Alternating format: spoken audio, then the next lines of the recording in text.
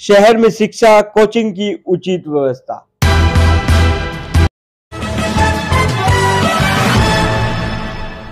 मैंने ये कहा है कि शिक्षा की उचित व्यवस्था, उस उचित व्यवस्था का ये है कि जैसे दादरी शहर के अंदर टोटल 21 वार्ड हैं और 21 वार्डों के अंदर कोई भी ऐसा शिक्षा केंद्र नहीं बनाया गया है जहां पर मिडिल क्लास फैमिली के बच्चों को शिक्षा प्रोवाइड हो सके। साथ ही साथ में मेरा मेन कदम शिक्षा की ओर इसलिए है क्योंकि अगर समाज शिक्षित होगा तभी समाज विकसित होगा। क्योंकि शिक्षा, वो पहले हमारे बड़े बुजुर्गों ने कहा है कि एक अनार 100 बीमार, जैसे एक अनार से 100 बीमारियों का इलाज होता है, वह उसी प्रकार से एक शिक्षा के स्थान को ऊंचा उठाने से काफी ऐसी समस्याएं हैं जिनसे हमें निजात और छुटकारा मिल सकता है। प्रत्येक बच्चे से 100 रुपए, 150 रुपए, जो भी मिनिमम से मिनिमम चार्जेज होंगे वो लिए जाएंगे और प्रत्येक वार्ड में सभी बच्चों को शिक्षा के लिए उचित से उचित व्यवस्था। सबसे पहला मेरा मुद्दा रहेगा सीवर और पानी की समस्याओं का। जैसे हम देख रहे हैं कि जगह जगह पर सीवरेज की, पानी की, गंदा पानी घरों में आ रहा है, सीवरेज ओवरफ्लो हो रहे हैं।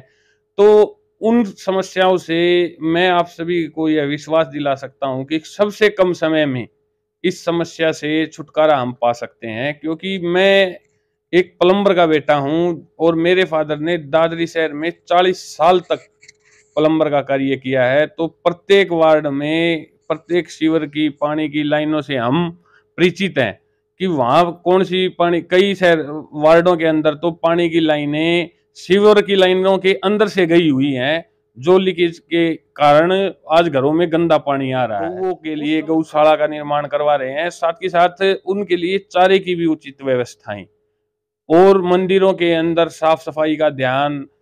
अस्पताल में, जैसे सरकारी अस्पताल है, वहां पर क्या है कि प्रत्येक वर्ग के आदमी आते हैं और मरीजों के लिए भोजन प्रोवाइड करवाने की, जो निशुल्क रहेगी, भोजन प्रोवाइड करवाने की सुविधा निशुल्क रहेगी।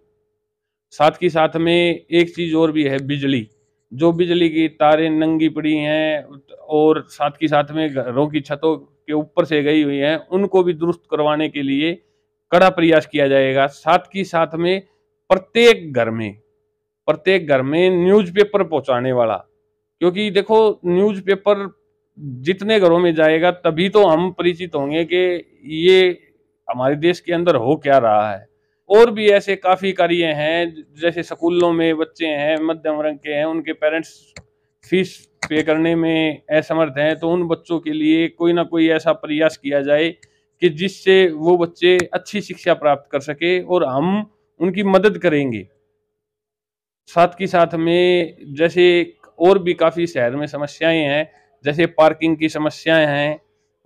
जहाँ रोड पे हम देख रहे हैं कि पार्किंग की समस्याएं हैं, उनसे भी निजात, छुटकारा दिलवाने का पूरा पूरा मेहनत से कार्य किया जाएगा और विशेष सफाई का भी ध्यान दिया जाएगा। जैसे वार्डों के अंदर और गलियों में जो भी है, जो कूड़ा करकट पड़ा हुआ इकट्ठा रहता है, उसको कम से कम समय में दुरुस्त करवाया जाए। मैं तो सिर्फ और सिर्फ जो प्रचार में कम से कम सामग्री से प्रचार किया जाएगा, और साथ ही साथ में मैं तो मेरे भाईचारे में विश्वास रखता हूं। जो मैं भाईचारे में बैठा हूं और पब्लिक के बीच में इतने साल से मैं चरखी दादरी शहर में रहा हूं, तो मैं सभी को ये एक ही बात कहता हूं कि पैसे वालों को तो हर बार मौका मिला है, अब की बार एक गरीब आदमी को भी मौका देकर देखो। अगर दादरी शहर की किस्मत न चमका दूं तो मेरे को कहना।